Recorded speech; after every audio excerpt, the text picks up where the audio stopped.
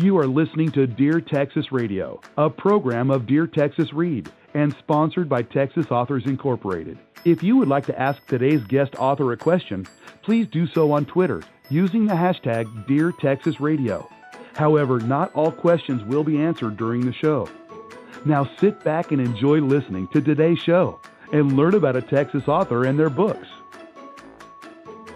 And welcome to Dear Texas Radio. My name is B. Alan Bourgeois. I'm the host for today's show. And we do encourage you to sit back, relax, enjoy a great book. So drop everything. Don't break it. We don't want you to do that. And sit back and read a good book by a famous author. And to help you find a good book, we have with us today Rox Burkey, who is part of a team who has written techno thrillers. Welcome, Rox. Hey, thank you, Alan. Appreciate you having me on this evening. Oh, it's a pleasure.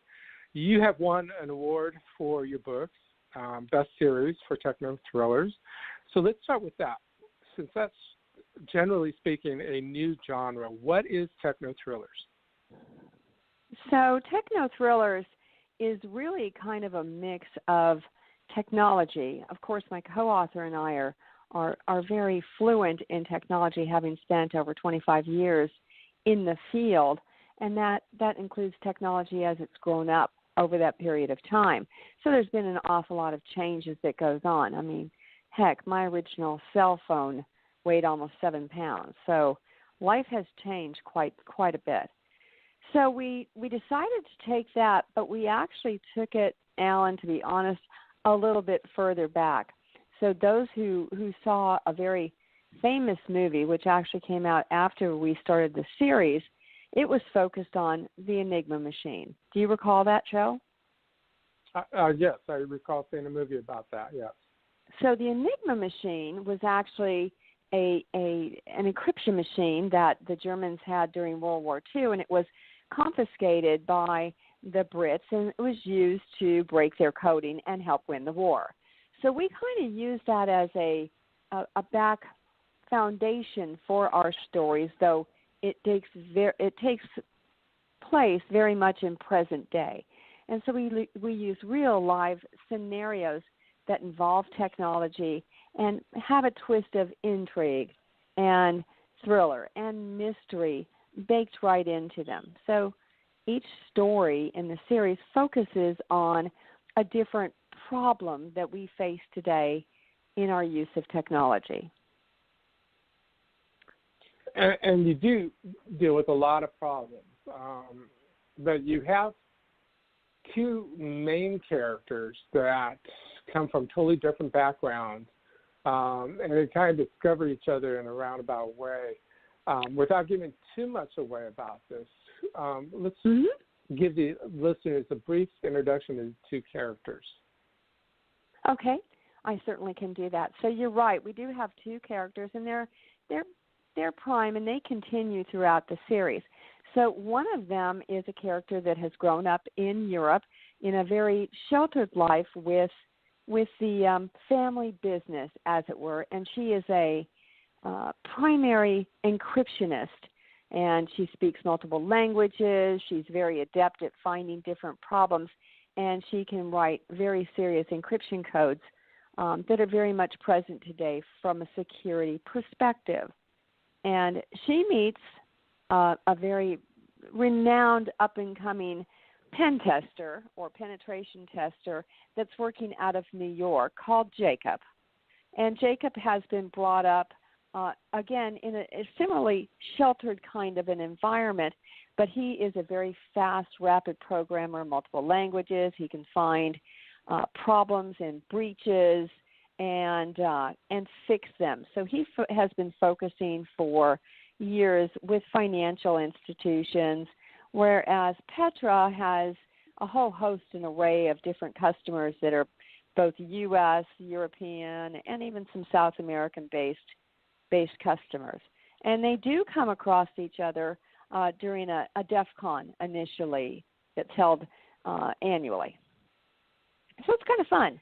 They kind of get together and they sit there and exchange bits and bytes, as it were.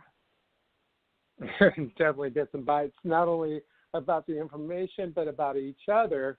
And we'll get into that a little bit later. I don't want to give away too much. So you started off writing the one book. You have a total of 9 books, which we'll be talking about the latest one shortly.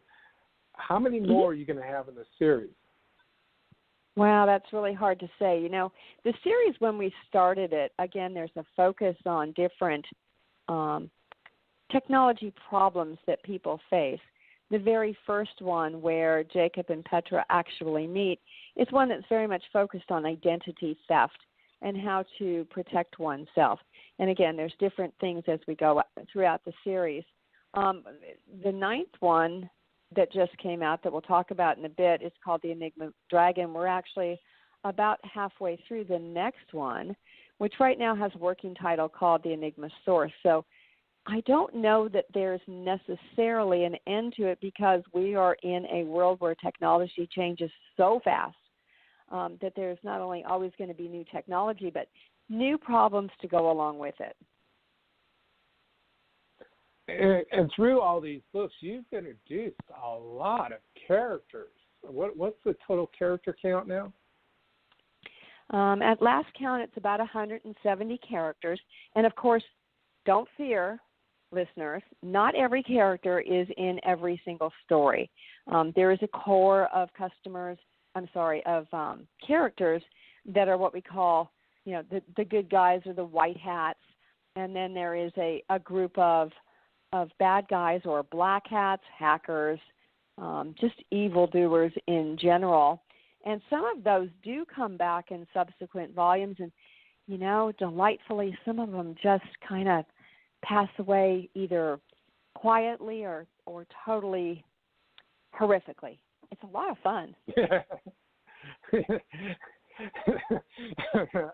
I'm sorry for laughing, but when you say horrifically, as a writer myself, I know that when somebody pisses me off, I can find a way to just kill them in a storyline. Is that something you guys do in yours? Absolutely. It's funny, but I've worked in an industry for a long time that has not necessarily been open to a lot of women until recent years with STEM programs and those kinds of efforts. But, oftentimes people just aren't kind and thoughtful to other coworkers, and technology is no different. It's kind of a closed community. And so there have been people that, they're just mean. And I think they're that way when they go home. I think those are the kind of folks that, kick the dog. And, you're right. It's delicious to just end their ways or make them change their ways. Now, of course, I would never use somebody directly, but if they read the stories, they can recognize certain attributes, or others do. I've had other people write into me and say, hey, was that based on so-and-so? Well, maybe a portion, I fully understand that. Oh, excuse me. Now, with the fact that you are getting close to wrapping up, or at least halfway through number 10, have you guys already started to do your outline for 11 or even 12?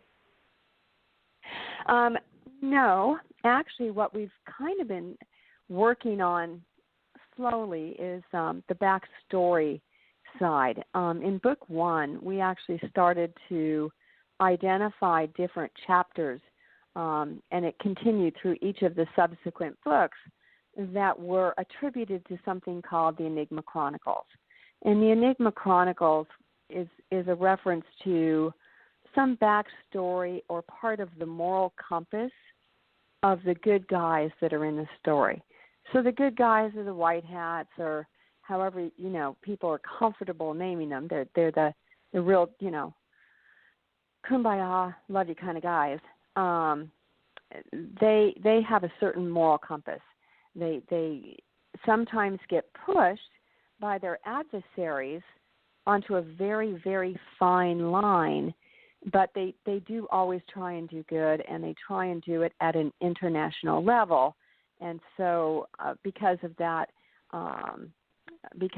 capability, we wanted to talk about, from their origins back to the Enigma machine, how to bring the group forward and make sure that moral compass, stays in place. And that doesn't mean that they always do everything, perfectly or they're too squeaky clean. It does mean that as a group, if they don't, they help to rectify their own standing and not put up with letting the members of the team get too far off track. Okay. Now, you're talking about the backstory, and recently you have won a short story award using a backstory from this. Is that correct? I did, Alan, and I'm so glad you brought that up.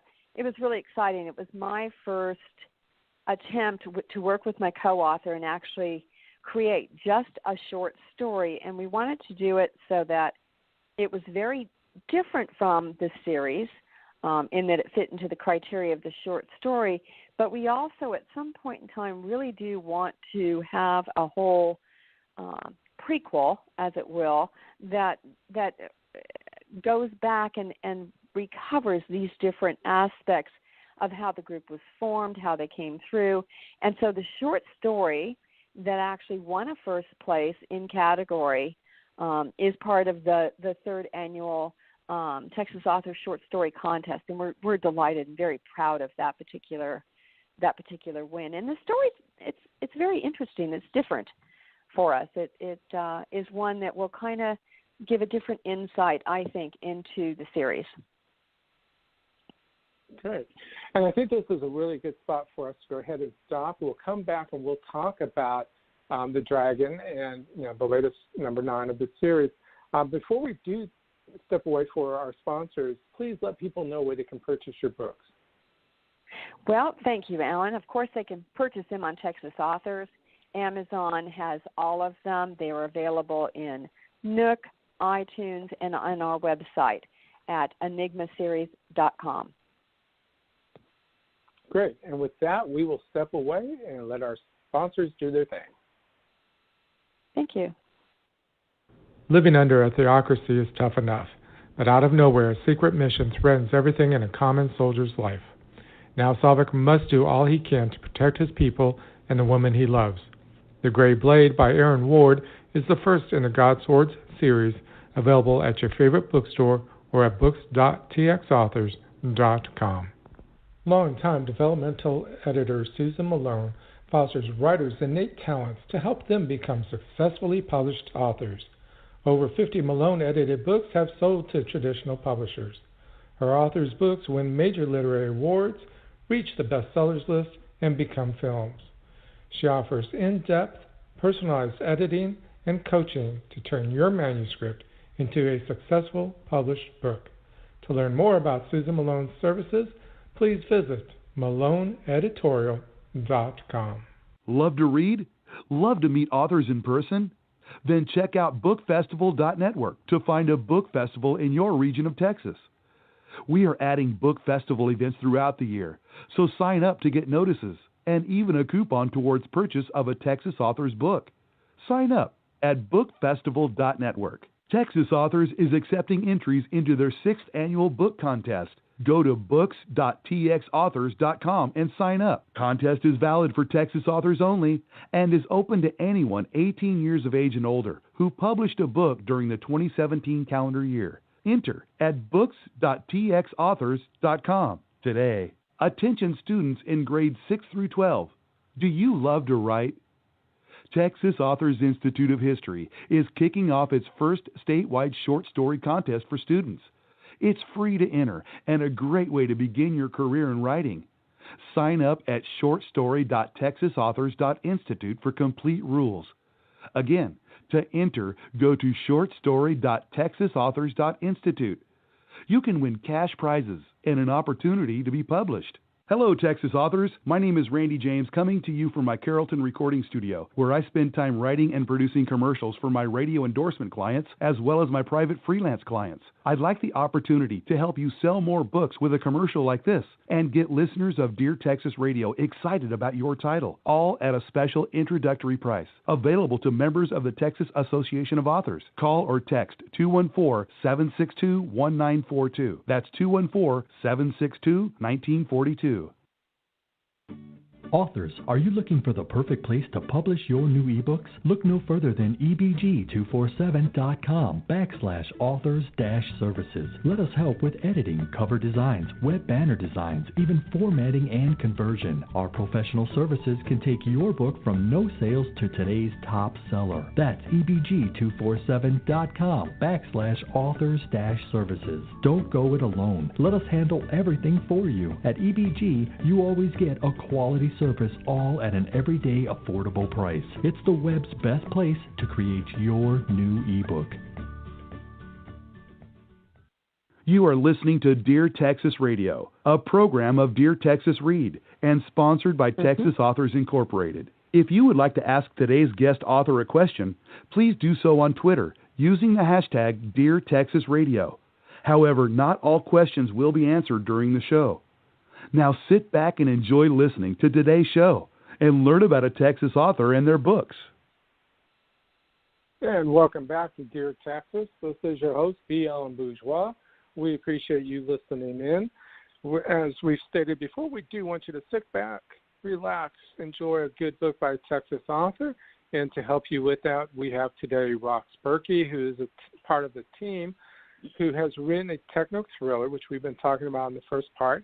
And we're going to go into a little bit more detail with her second book, which is, the Dragons, the Enigma Dragons. I have not personally been able to keep up with all your books. It seems like almost every 6 months you've got a new one coming out, which is great.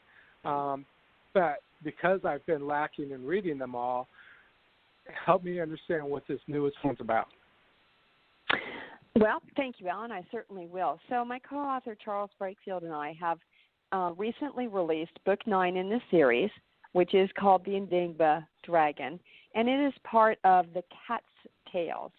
Now, the Cat's Tales was something that we introduced initially in Book 7 with the Enigma Gamers, and it is a side group, or the Cyber Assassins Technology Services team.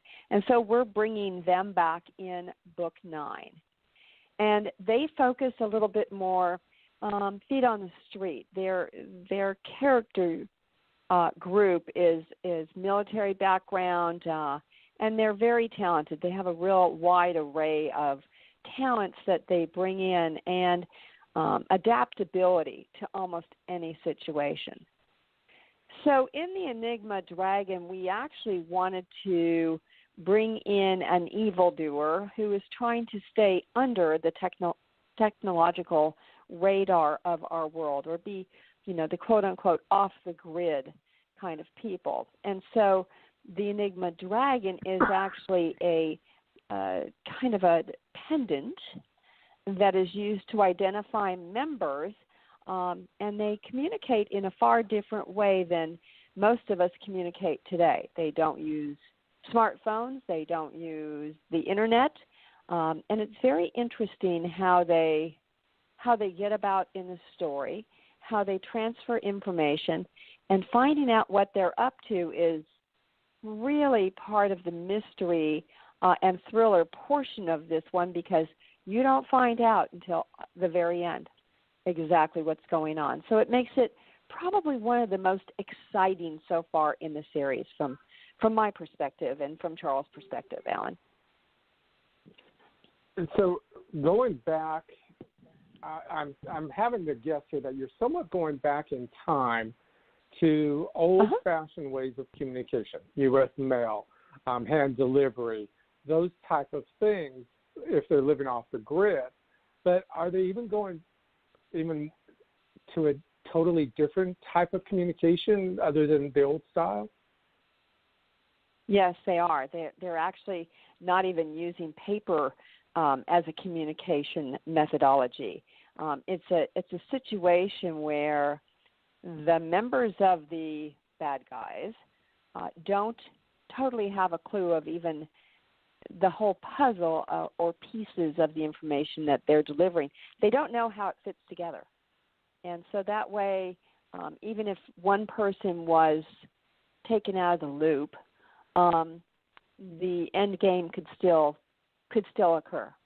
And so it makes it an interesting way of how you combat evildoers who don't want to play with technology. We've certainly heard in these days and times how everybody is tapping into technology and trying to spoof it or change it or manipulate it to do what they want with a public opinion or with security or with any other aspect that we find relevant today. They try to change the systems. When you have someone that doesn't want to take those courses of action, well, then you fight them very differently. It's not like you can turn off their Twitter account or turn off their email or, cut their internet connection. It's very different. And so that was what we wanted to pose in this particular story, was how to combat an evil that really doesn't start with modern-day communication. Now, this is a very interesting twist. Uh-huh. It is, from our perspective, too. Yeah, because all your other books are talking about the technology, how they're being used, how they're being misused, and this is totally different in that respect. So what made you guys choose to go this route? Surely trying to find out what would happen if someone tried to stay off the grid, and how staying off the grid and still accumulating information was possible. And it is possible. This particular story actually covers several continents, 4 continents and 12 cities, and these various scenarios that the CATS team falls into, where they don't realize a lot of what they're seeing is an overlap of what other team members of theirs are seeing, because there's no digital record of it. So everything is analog.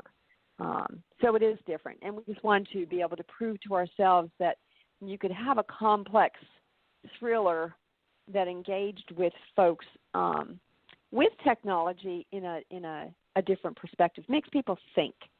We like to make people think with our stories. It's not just cut and dry. And you definitely are with this one, that's for sure. And so I'm going to play a little devil's advocate here. Majority of the, let's just keep using the word bad guys that are out there currently in real life are more of the younger generations that are hooked into the internet and use those technology and stuff like this. And so, for our good guys to go after them and stuff has made it a tad little easier, but not completely.